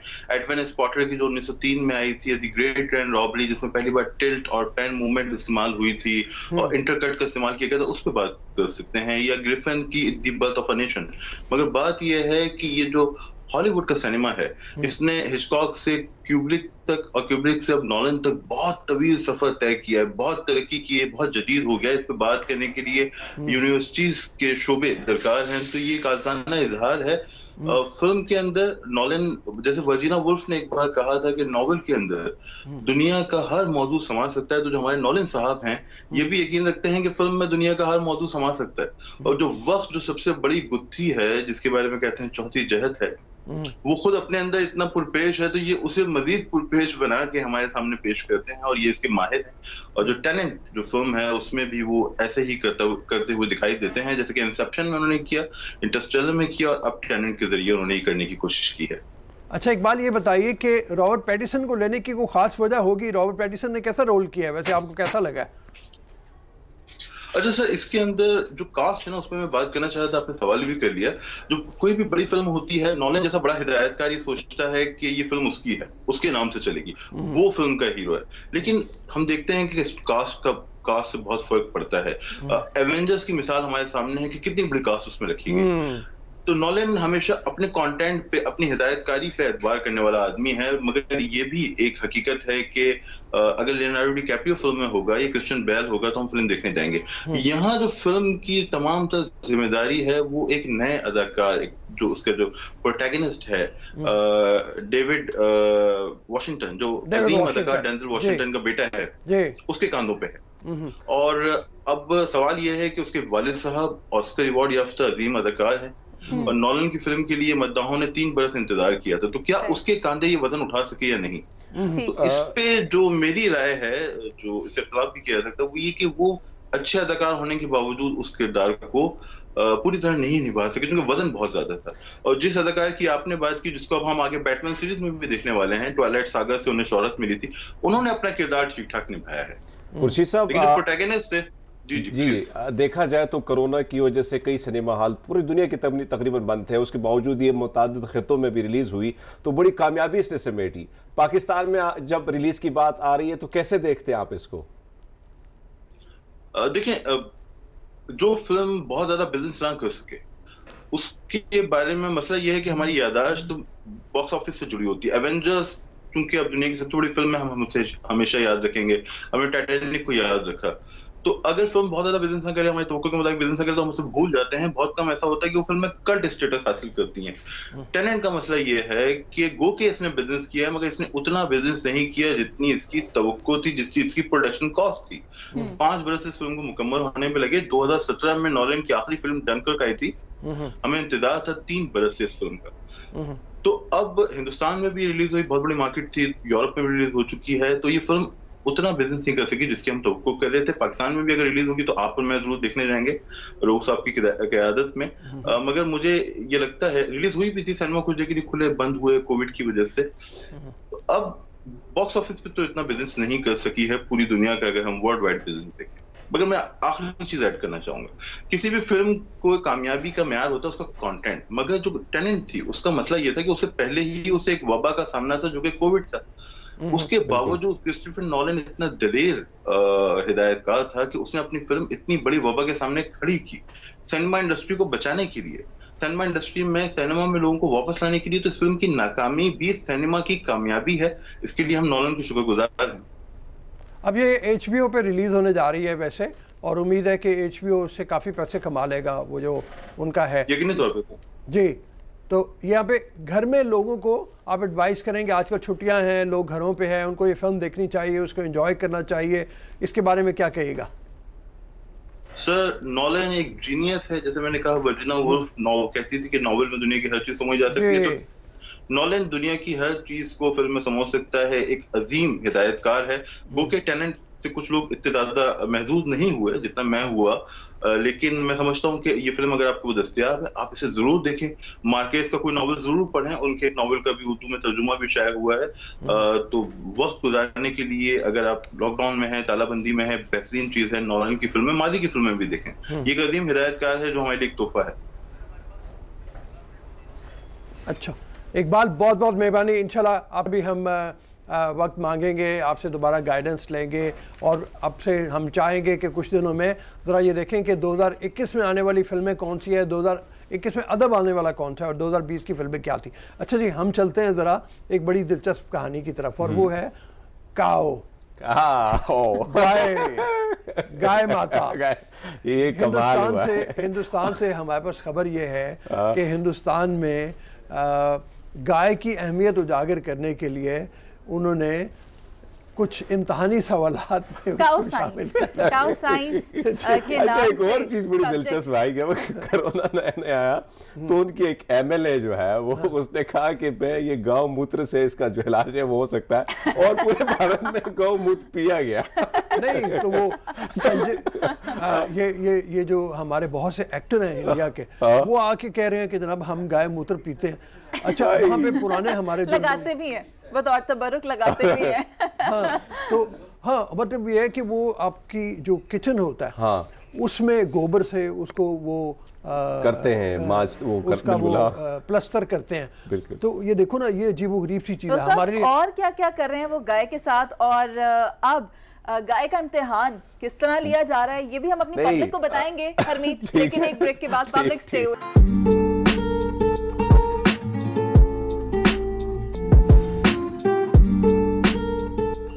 वेलकम बैक है नेवल्ला पब्लिक। वो लोग आज हमारे साथ मौजूद हैं, गुड मॉर्निंग पब्लिक के सेट पर मौजूद हैं, जिनको आपने बहुत पसंद किया, बहुत सराहा।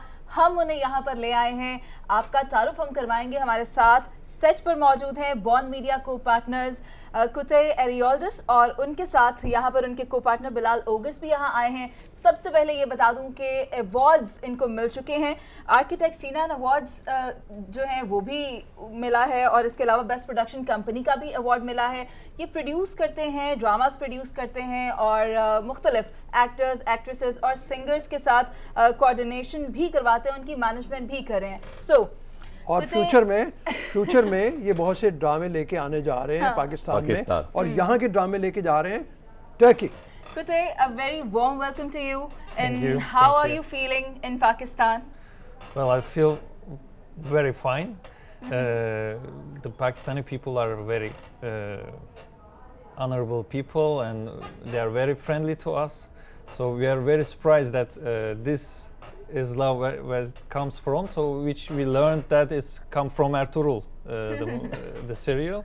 We are very pleased actually to meet with all Pakistani people here.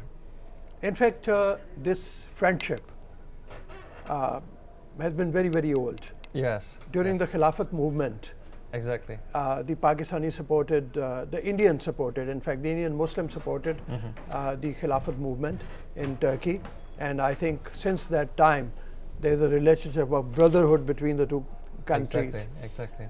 So, what do you think? What type of plays will you be bringing to Pakistan in future?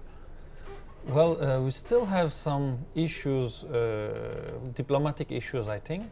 But I think after this serial and after this cooperations, I think we will handle these also political issues, and we will do more business, more cultural activities together, and we will be more close than before, maybe. So I think it's a great step to have these kind of serials, movies, and etc. You think after the success of Ertuğrul, one drama met a huge success. This is Ertuğrul. It's a historical play with religious fervor, religious flavor rather. Yes. And Yunus Emre, though despite the fact that it has some spiritual flavor to it, but it didn't meet with that kind of success. So you think that Pakistanis, because of the fact that they like Ertuğrul, you'll be bringing here historical plays like that? Yeah, historical places, and also is telling a story that how it began, the story. So it's more, I think, more excited than the other part. But Rumi's serial is also, Yunus Emre's serial is also a different style. So I think people will love during other days, I think.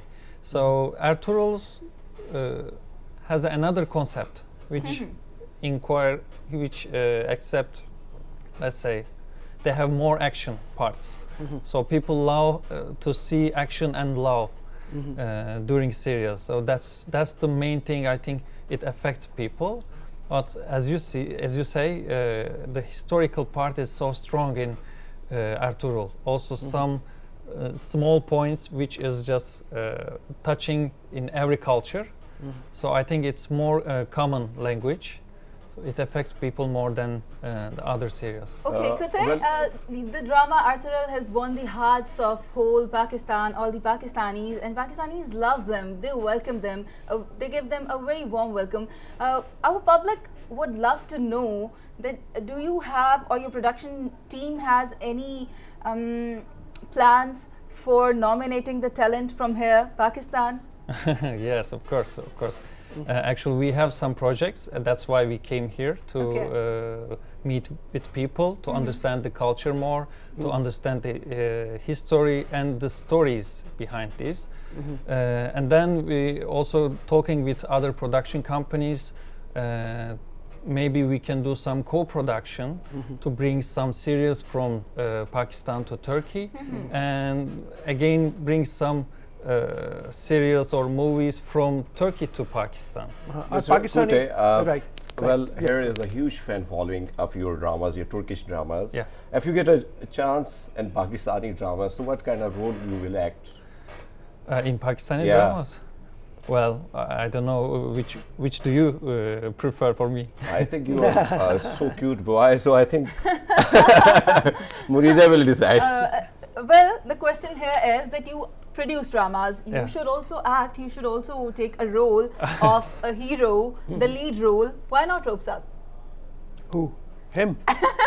Do you have a story in mind? It can You be need to have a created. story. You need to have a story first. Yes. Yeah, story first. I think I'm really bad in acting, so I just love to watch movies and series, and I love to produce it. That's it. I love to be the man who is behind of these kind of things. So, Kutay, it was very interesting to have this discussion with you in the second half. Now we would be inviting your friend Bilal. So, Okay. thank you very much. Thank you for your time. And thank you. Bilal Ouz has joined us, जो कि media partner हैं bond Media के, और अभी हमारे साथ अब से कुछ देर पहले कुतै एरियोल्डस मौजूद थे, उनसे भी हमने गुफ्तगू की. We welcome you, Bilal. होश बुल्क। बिलाल, आप पाकिस्तान से कुछ ड्रामे लेके जाना चाह रहे हैं यहाँ पे, तो किस तरह का ड्रामा और किस तरह का कंटेंट आप देख रहे हैं कि जो आप तुर्की के लोगों को दिखाएंगे और आप समझते हैं कि वो उनके लिए अट्रैक्टिव होगा? Öncelikli olarak Türkiye ile Pakistan arasında müthiş bir dostluk var. Bu dostluk burada dizilerde de görülüyor ki sevgisi ve ilgisinden dolayı. Bizler de bunu gördüğümüz için Pakistan'la Türkiye arasındaki bu dostluğu, uzun geçmişe dayanan dostluğu dizilerde nasıl bir araya getirebiliriz, nasıl anlatabiliriz? Onun için aslında buraya gelip bunlara bakmaya çalışıyoruz. Bir arada aynı noktada buluşup ortak bir yapım ne yapabiliriz? Kültürlerimiz ve tarihimizle alakalı. O anlamda buraya geldik. Genel olarak benzer kültürlere sahibiz. Zaten şöyle bir deyimimiz var ya, iki ayrı ülke bir canda diye. O anlamda da biz ortak bir kültürü ve ortak yapıyı dizilerde buluşturmayı düşünüyoruz. Onun için buradayız. अच्छा, और कौन-कौन से dramas या stories आप generate करने जा रहे हैं, प्रोड्यूस करने जा रहे हैं? Şöyle, bizler burada buradaki dizilerin ilgisinden dolayı yine aynı şekilde bizim ortak tarihimizdeki konuları ele alıp sizlerle nasıl bir noktaya getirebiliriz ve Türkiye'deki de gene aynı şekilde tarihi dizileri buraya getirmek istiyoruz. Kültürümüzün benzediği, ortak noktada bulunduğumuz dizileri buraya getirmek istiyoruz. Aslında iki kültürün birleşimini az önce de söylediğim gibi bizim ülkemizde yayınlanan birçok dizi, işte Ertuğrul, Osman gibi ona benzer dizileri Türkiye'ye getirip Türkiye'nin kültürünü sizlere tanıtmak ve o noktada da gene aynı şekilde ortak prodüksiyonlar yapmak niyetindeyiz. ठीक है बिलाल, बिलाल का ये कहना है कि बहुत से dramas आने वाले वक्तों में प्रोड्यूस किए जाएंगे और बिलखुसूस because their production team is Bond Media, तो बॉन्ड मीडिया के प्लेटफॉर्म से वो और भी अच्छे ड्रामाज प्रोड्यूस करेंगे जिनको पजीराई मिलेगी, पसंद किया जाएगा just because of their content. क्योंकि इससे पहले भी अर्तुगरुल में हमने देखा उन्होंने जो कंटेंट प्रोड्यूस किया उसको ना सिर्फ टर्की में बल्कि आलमी तौर पर पसंद किया गया है, पूरी दुनिया में पसंद किया गया है. बहुत शुक्रिया बिलाल, आप यहाँ आए, गुड मॉर्निंग पब्लिक का हिस्सा बने, आपसे मिलकर बहुत अच्छा लगा और यकीनी तौर पर हमारी पब्लिक को भी बहुत अच्छा लगेगा. ब्रेक के बाद हाजिर होंगे और करेंगे मज़ीद दिलचस्प बातें मुख्तलिफ मौज़ूआत पर. अभी के लिए एक break, don't go anywhere, we will be right back.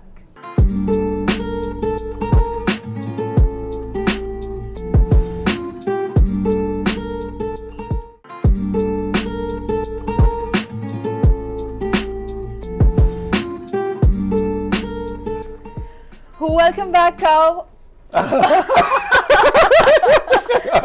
Okay. असर पड़ गया है. अभी ब्रेक में इस पर बात ही इतनी की है, इतने लतीफ़े इतने सुना दिए रौशा और हरमीत ने कि शायद वो गलती से हो गया. Welcome back public. बात कर लेते हैं कुछ गाय की. तो मैं आपको ये बता दूं कि हमारे हमसाया मुल्क में उनके वज़ीर आज़म, भारत की वज़ीर आज़म नरेंद्र मोदी ने एक तंजीम बनाई है जिसका नाम है काउ प्रोटेक्शन एजेंसी है. नाम इसका बड़ा मुश्किल रखा हुआ है, मैं देख कर ही सुनाऊंगी. राष्ट्रीय आयोग नाम है इसका. और इसका काम क्या है ये बताएगा. मैं क्यों पता मैं अपने नाज़रीन को बताऊं. अच्छा, नहीं, कि हमारी स्क्रीन के ऊपर ना एक बहुत बड़ा सवालिया निशान हमारे प्रोड्यूसर ने भी डाला है.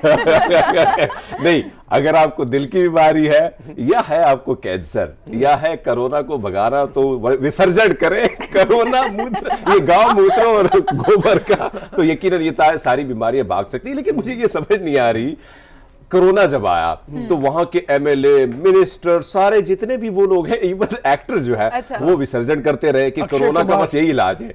लेकिन खुदा का खौफ करे यार. हाँ. अगर ये चीजें सारी, कैंसर का अगर इससे इलाज हो सकता है गोबर से, अगर दिल की बीमारी, तो फिर ये डॉक्टर क्यों बन रहे हो? मुझे एक गाय बड़ी पसंद है वैसे. हाँ. लेकिन मैं आपको बताऊं उसके दो इस्तेमाल हैं हमारे नजदीक. तो खाना और पीना, या तो खाना और या पीना या उसकी निहारी खाना. हमारे तो बोंग हो गई, भूख लग रही है। मतलब हाँ, बोंग हो गई। हमारे तो एक दोस्त हैं जो वेजिटेरियन है, अच्छा उनका हमने मजाक बनाया हुआ है। उन्होंने कहा ये एक ऐसे वेजिटेरियन है कि ये ऐसी गाय की निहारी खाते हैं जो वेजिटेरियन है। लेकिन मुझे यहाँ पे ये समझ नहीं आ रही कि आप अब स्कूल में भी पढ़ाओगे कि नहीं, मैं बताती हूँ मामला क्या है। अब इन्होंने कहा है कि जो अवाम है उसको सेंसिटाइज और एजुकेट करने की जरूरत है गाय के हवाले से, गाय की अहमियत के हवाले से। और ना सिर्फ ये, अब इम्तिहान होगा जिसका सब्जेक्ट टाइटल होगा काउ साइंस। हम बायो साइंस पढ़ते हैं, हम केमिकल साइंस पढ़ते हैं, और अब पढ़ाया जाएगा काउ साइंस और उसमें बताया क्या जाएगा। 100 MCQs होंगे। पब्लिक, आप हमें ना सोशल मीडिया पर मैसेजेस करके बताएंगे कि क्या क्या सवाल होने चाहिए उस पर्चे में, और इसकी 25 जबानें होंगी। 25 जबानों में इसका पेपर लिया जाएगा। अच्छा, तो भारत की जबानें बहुत ज्यादा है ना, बहुत ज्यादा है। एक तो बोली दी है हरमीत ने, तामिल इन्ना पाक रहेंगे। अच्छा, फिर जो पास कर जाएगा उसको क्या कहा जाएगा हमारे यहाँ? तो यानी एक तो होता है ना कोई और गाँव कॉलोजी, गाँव कॉलोजिस्ट, गाँव कॉलोजी, बहुत ज्यादा ही हमने गाय के साथ तफरीह कर ली है। लेकिन अब आपको और अपनी पब्लिक को दिखाते हैं पाकिस्तान कितना खूबसूरत है, कौन कौन सी जगह हैं, कितने खूबसूरत मनाजिर हैं, और बर्फीले पहाड़ों की सैर कराते हैं। ये देख लें आप, हम कुछ तैयारी की है हमारी टीम ने। उसके बाद हमारे साथ मौजूद होंगे जो इन पहाड़ों पे जाते हैं, इनको स्केल करते हैं, इन पे चढ़ते हैं, और उनसे ये भी बात करेंगे कि आजकल K2 को सर करने के लिए कुछ पार्टियां यहाँ पे आई हुई हैं, कुछ लोग यहाँ पे आए हुए हैं, क्या वो जाएंगे या नहीं जाएंगे। लेकिन पहले पाकिस्तान की खूबसूरती, उसकी एक रिपोर्ट। जी साद, अस्सलाम वालेकुम। जी वालेकुम, रऊफ कैसे हैं आप? बस ठीक ठाक। साद, जरा बताओ कि पाकिस्तान की खूबसूरती के हवाले से हम बात कर रहे हैं, पाकिस्तान के पहाड़ों की मैजेस्टिक होने के हवाले से बात कर रहे हैं। आप तो अक्सर जाते रहते हैं, ज़रा थोड़ा सा पहले तो ये तो बताना कौन कौन से इलाके हैं जहाँ पाकिस्तानियों को जाना चाहिए, जहाँ जाके देखना चाहिए और उसकी खूबसूरती को एंजॉय करना चाहिए, और विंटर में भी। Amazing, good to see you ji, always, and thank you for having me on the show. So Pakistan, अल्लाह का शुक्र है, यहाँ पे we've got 3 major mountain ranges, जिसमें कराकोरम है, हिंदू कुश है, हिमालय है। और हिमालय तो इस्लामाबाद से शुरू हो जाती हैं। अगर आप मरगला हिल्स की बात करें तो they are known as the foot hills of the Margalas. और I have traveled a lot. Even if you look towards Balochistan भी देखें तो वहाँ पे आपके पास कोहे सुलेमान है, कोयटा के बिल्कुल पास आपके पास कोहे मुर्दार है। और अगर बिल्कुल नीचे डाउन साउथ भी चले जाएं तो आपके पास बलूचिस्तान में किरथर रेंज है। Then you have these very dry and beautiful, I wouldn't call them mountains but hill like structures, जो कि बिल्कुल हिंगोल नेशनल पार्क और उसके इर्द गिर्द वो जो मड वॉल्केनोज है। सो यूं कह लें कि मेरी खुशकिस्मती है कि मैं वो देख चुका हूँ और जाने का वहाँ इत्तेफाक हुआ है। But I am more of a north sort of a person. आप मेरे गेटअप से भी देख रहे होंगे कि मैं इस टाइम एक पलती टोपी पहन के बैठा हूँ। साथ हमें मालूम हुआ कि आप एवरेस्ट सर करना चाह रहे थे, लेकिन कोई वजह बनी, या वो क्या वजह थी कि आप एवरेस्ट सर नहीं कर पाए थे, और अभी भी आप एक और रिकॉर्ड बनाने का अज़्म रखते हैं, कौन सा है वो? So basically 2017 में I went to Mount Everest और I made it to Camp 3, जो कि 7070 मीटर है सतह समुंदर से। और एक बड़ा ज़बरदस्त एक्सपीरियंस था वो, बड़ा लर्निंग एक्सपीरियंस था।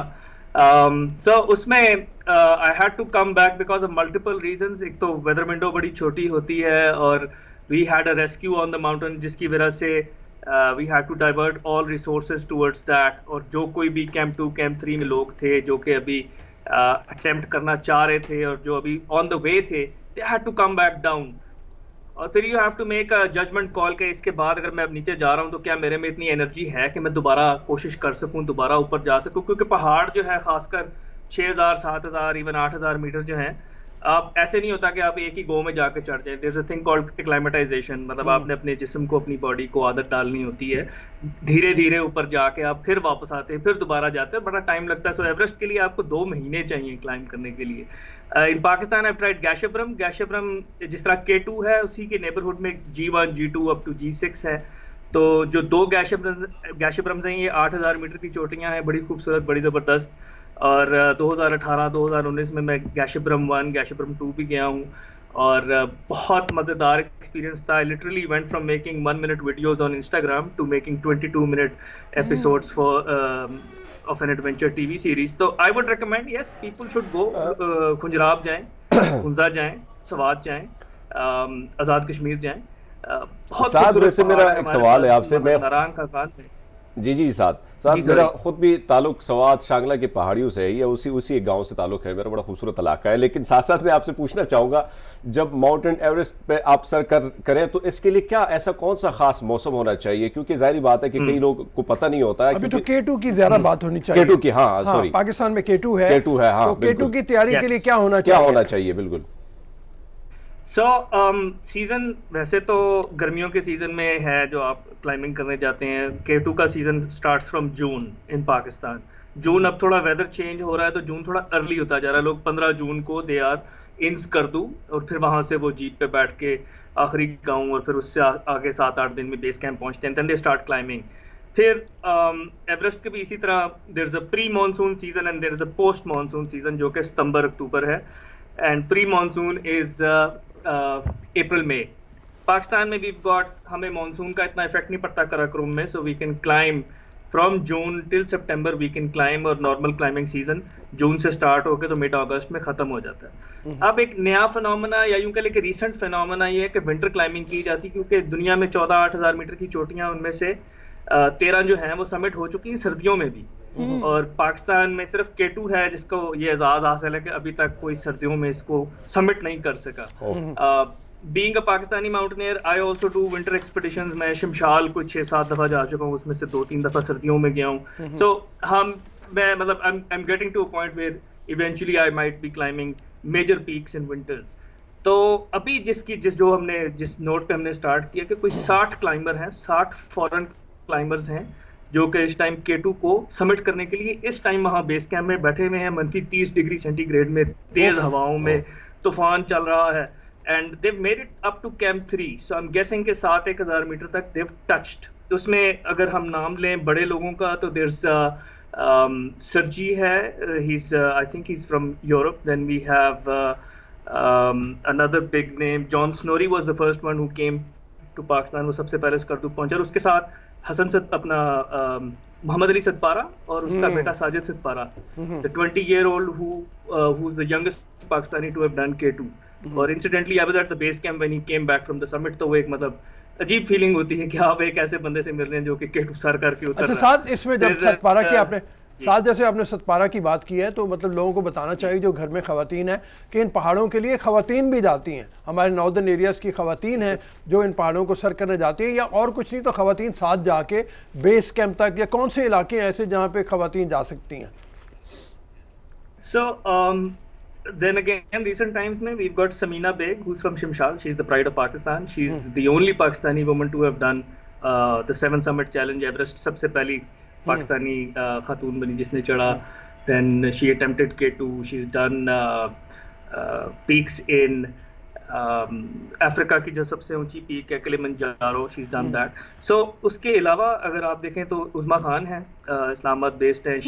She's been attempting Broad Peak. She's done Spantik.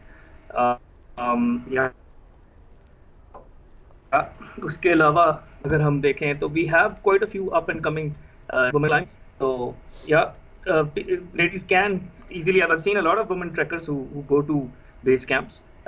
And then there's Komal Uzair है, दुबई based पाकिस्तानी है. She has done Spantik. एक young सी लड़की है Ahmedabad based. She's I think 10 or 11. Yeah. So she's done Spantik. तो लड़कियां तो पेश हैं. तो this is something which is really getting popular. ठीक है साथ बहुत मेहरबानी, बहुत शुक्रिया इंशाल्लाह ताला दोबारा भी आपसे मौका जब आप प्लान बनाएंगे तो हमें भी शामिल करें. हम हरमीत को भेज देंगे. मैं तो सर्दी बड़ी है मैं तो जाए नहीं जाना. अच्छा, बड़ी खूबसूरत मतलब इन्होंने इलाकों की बातें की हैं. और थोड़ा सा ज़रा हरमीत आप ये बताओ ना, सवात के इलाके से अगर आप निकलो तो आगे ऊपर कौन कौन सा इलाका है जिस पे आप समझते हो कि जाना चाहिए बंदे को? रूह साहब एक इलाका है मटा से आप जाएंगे ना, मटा से तकरीबन 4-5 घंटे का इलाका है, आप पैदल जाएंगे क्योंकि रोड तो बना नहीं है। वहाँ पे जब आप पहुँच जाते हैं तो वहाँ पे आपको मुख्तलिफ किस्म की जो घास है ना वो नज़र आएगी, मुख्तलिफ किस्म की वो फ्लावर्स, आप हैरान होंगे कि ये नेचुरली इतना खूबसूरत वो बना हुआ है। वहाँ पे बहुत कम ही लोग जाते हैं, साथ साथ में एक लेक भी बनी हुई है। इसके साथ साथ शांगला की अगर मैं बात करूँ ना, जहाँ पे अलेक्जेंडर लास उनका पड़ाव था, जहाँ पे वो तबीयत उनकी ख़राब हो गई थी, तो वो भी मेरे इलाके में आता है, उसको कहते हैं पीर सर। तो वो भी बड़ा खूबसूरत इलाका है। वहाँ पे भी आप जाएंगे तो बहुत बड़ा मैदान है, वहाँ पे पगडंडियाँ हैं, खूबसूरत फूल हैं, तो बड़ा खूबसूरत इलाका है, चाहे वो शांगला का हो या सवात का हो या इसी तरह गिलगित बल्तिस्तान के जो इलाके। बात ये है कि हम जो सोच लें एक दफ़ा या जो करने की ठान लें तो फिर ऐसी कोई ताकत नहीं है जो हमें उससे रोक नहीं सकती सिवाय अल्लाह ताला के। इसी पर अब्राहम लिंकन ने भी ये कहा है कि there is always the place on top for those who aspire for it. इस अच्छी बात के साथ इजाज़त लेते हैं पब्लिक से। अल्लाह हाफ़िज़।